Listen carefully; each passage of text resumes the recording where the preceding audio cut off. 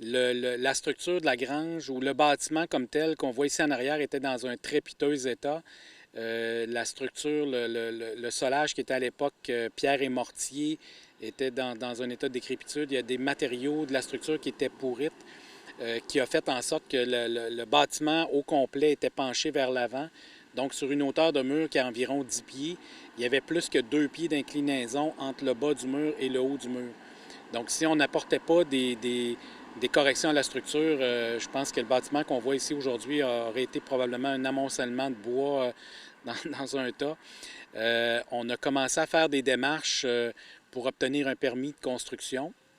D'abord pour redresser le bâtiment, par la suite pour voir qu'est-ce qu'on allait faire avec le bâtiment, qu'est-ce qui était permis de faire et tout. On est dans le noyau villageois, les contraintes. Premièrement, c'est un bâtiment qui est classé patrimonial, comme la maison de mes parents d'ailleurs, où les deux étaient associés ensemble avant. Et puis, ben, c'est ça. Donc, tout ça nous a amené à faire des démarches avec le ministère de la Culture, patrimoine, pour voir qu'est-ce qu'on pouvait faire. Puis, c'est ce qui a amené au projet qu'on connaît aujourd'hui. Donc, je peux vous donner plus de détails encore. La première étape a consisté à lever le bâtiment. Donc, le bâtiment dans son ensemble qui a 90 pieds de long par 30 pieds de large, 30 pieds de haut, a été levé au complet de 4 pieds dans les airs. C'était la première étape. Deuxième étape, ça a été de creuser puis de faire en sorte qu'on puisse faire des nouvelles fondations, donc empattement un peu comme on ferait pour une maison, mais dans un bâtiment qui est énorme. Fondation, empattement, fondation. Le bâtiment a été rassis sur les nouvelles fondations par la suite, redressé. Puis tout ça s'est fait dans une période peut-être d'environ un mois tout au plus. Là, on a eu des belles surprises. On a eu des surprises, en fait, quand le bâtiment a été redescendu. Il faut savoir que c'est un bâtiment qui date des années fin 1800. Donc, comme vous pouvez vous douter, là, lui a été un peu malmené, là, levé, redescendu, redressé. Ce qui a fait en sorte qu'il y a plusieurs planches là, qui étaient manquantes sur la façade du bâtiment. L'image que je pourrais donner, là, c'est un peu un râteau. Là. Bien, il y en avait peut-être une sur trois ou une sur quatre qui était encore présente. Puis là, bien, là, c'est là qu'on s'est demandé qu'est-ce qu'on fait. Est-ce qu'on réinstalle les vieilles planches? Au moins, ils étaient solides. Là, je suis rentré en contact avec les gens de la MRC. Puis, ensemble, on a regardé là, qu'est-ce qui était possible pour la suite. Donc, Et donc, comme vous dites, vous avez été capable de reprendre des matériaux. Vous avez sûrement dû ajuster quand même pour compléter le tout. oui. Donc, sur la façade qu'on voit présentement, il y a extérieur, là, il n'y a rien qui était là à l'époque. C'est des fenêtres complètement nouvelles qui ont été faites par un ébéniste, un ébéniste qui est ici proche. Les portes, la même chose aussi. Donc, la toiture, ce qu'on voit par rapport au bâtiment, c'est uniquement la toiture qui est encore là. La structure, évidemment, c'est encore la structure originale, puis on s'est fait un devoir, puis un devoir, en fait, de conservation. Mais la façade comme telle, c'est des nouveaux matériaux qui reproduisent pas mal ce qui était d'époque, mais on lui a donné un coup de jeunesse. Et votre conjointe, qui est artiste, est-ce Oui. qu'elle a pu contribuer à embellir le tout? Certainement. Certainement. Donc, de plusieurs moyens. Premièrement, le support moral, elle a participé elle-même à la peinture pour chacune des planches qui sont là. Le choix des couleurs, puis l'aspect comme tel. Donc, c'est une décision, c'est un projet très important. On a investi énormément de ressources dans un projet comme ça. Ça se fait en couple, en famille. D'ailleurs, mes parents ont participé.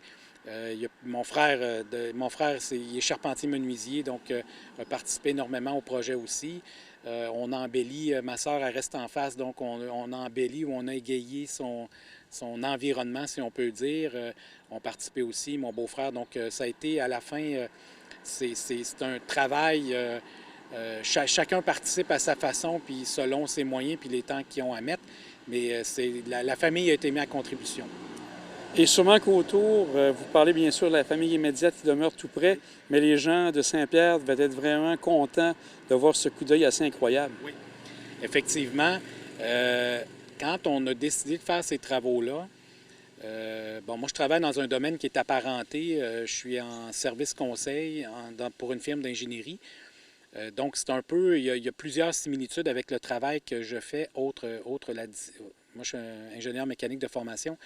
Donc, je suis habitué d'être dans un environnement où on fait de la planification de projets, on fait des plans et devis, on accompagne nos clients dans le développement des projets.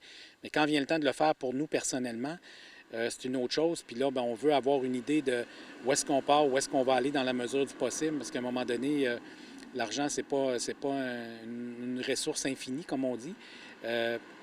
Et effectivement, donc, la planification du projet dans son ensemble a été quelque chose de très qu'on a fait de façon judicieuse. Je dois vous dire que ce qu'on voit aujourd'hui par rapport à ce qu'on avait imaginé à l'époque, il y a un monde quand même important entre les deux. Jamais on n'aurait imaginé en 2019 qu'on irait aussi loin dans le projet dans la première année, mais probablement comme tous et chacun, quand on fait un projet, on dit, bon, on est là, on a les menuisiers qui sont sur place. Est-ce qu'on va un petit peu plus loin? Est-ce qu'on en profite? Puis des temps qu'à y être. Donc, on a fait une planification, je pense, qui répond aux exigences, aux exigences qu'on avait, aux contraintes. Puis les citoyens de Saint-Pierre, puis ceux qui passent en face, il n'y a pas... Je vous dirais que dans les événements qu'on participe ici, on s'en fait parler. Peut-être moins récemment, parce que là, le projet, ça fait 3 ans, ça va faire 3 ans bientôt qui a été démarré. Mais on va au tir de tracteur, où on va, peu importe où on s'en fait toujours parler. C'est une fierté, pas uniquement pour nous, mais pour tous les résidents de Saint-Pierre, même de l'île. Je pense à quelque part, c'est ça, les gens. Puis pour moi, c'était quelque chose de très, très important. Je suis la 4e génération d'Aubin ici. Donc, on n'est pas ceux qui avons construit cette grange-là, mais je suis la 4e génération. Puis pour moi, c'était d'investir dans mon patrimoine, de laisser pour les enfants ou qui prendra bien après nous, on verra. On n'est pas rendu là aussi. Mais c'est ça. Donc, c'est un grand sentiment de fierté. Puis d'avoir remporté un prix pour ça, jamais on le fait pour penser ultimement aller chercher un prix, mais effectivement que ça vient nous rendre encore plus fiers de tout ça. Donc oui, c'est une... Comme on peut dire, c'était la cerise sur le sundae d'avoir cette belle reconnaissance. Est-ce que pour l'intérieur, vous aviez des éléments à regarder aussi, ou au niveau du ministère de la Culture, la MRC, c'était le côté extérieur qui était important? C'est ça. Donc, c'est tout ce qui était apparent. Donc, ce qu'on voit quand les gens passent, là, eux, ça se limitait sur ce périmètre-là.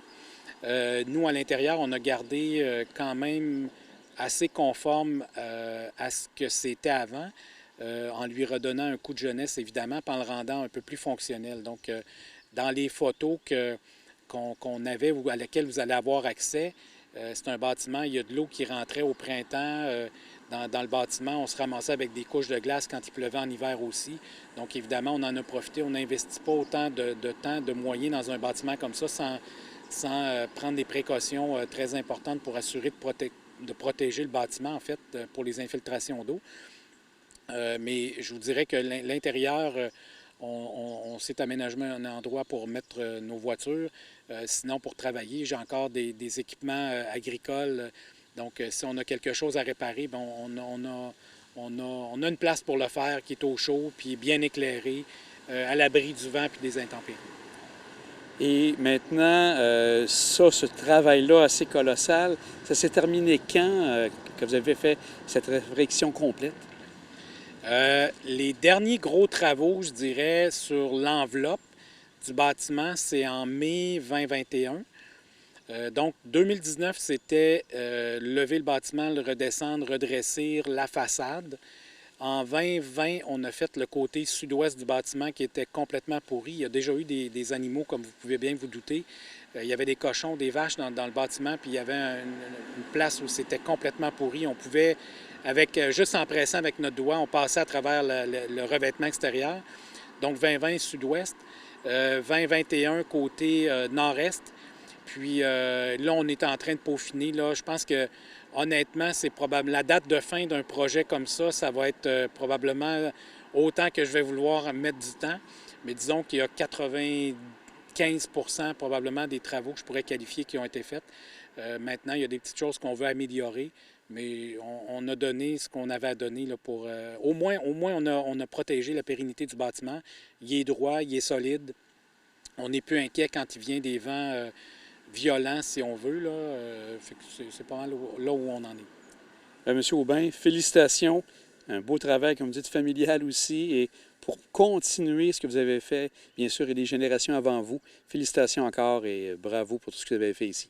Merci beaucoup, c'est très apprécié. Puis, je vous dirais, une partie de la fierté de réaliser un projet comme ça aussi, je dois avoir eu 6 ou 7 appels de gens qui sont propriétaires de bâtiments patrimoniaux ou en tout cas de très vieilles constructions.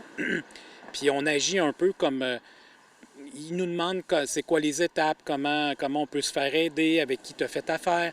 Donc, de pouvoir transmettre ces informations-là à d'autres gens, puis de penser que le travail qu'on a entrepris chez nous va pouvoir peut-être avoir des répercussions ailleurs, puis de protéger notre patrimoine. Parce que des granges comme ça, il en tombe à chaque année. Les gens, à un moment donné, se découragent, ne savent pas trop par quel bout prendre ça. Donc, si on a pu aider les citoyens, embellir le paysage, aider d'autres personnes à entreprendre des projets comme ça, bien, ça ajoute, vous parliez de cerise sur le Sunday tantôt, bien, ça ajoute encore plus pour nous. Donc, merci d'avoir pris le temps de nous rencontrer, c'est bien apprécié.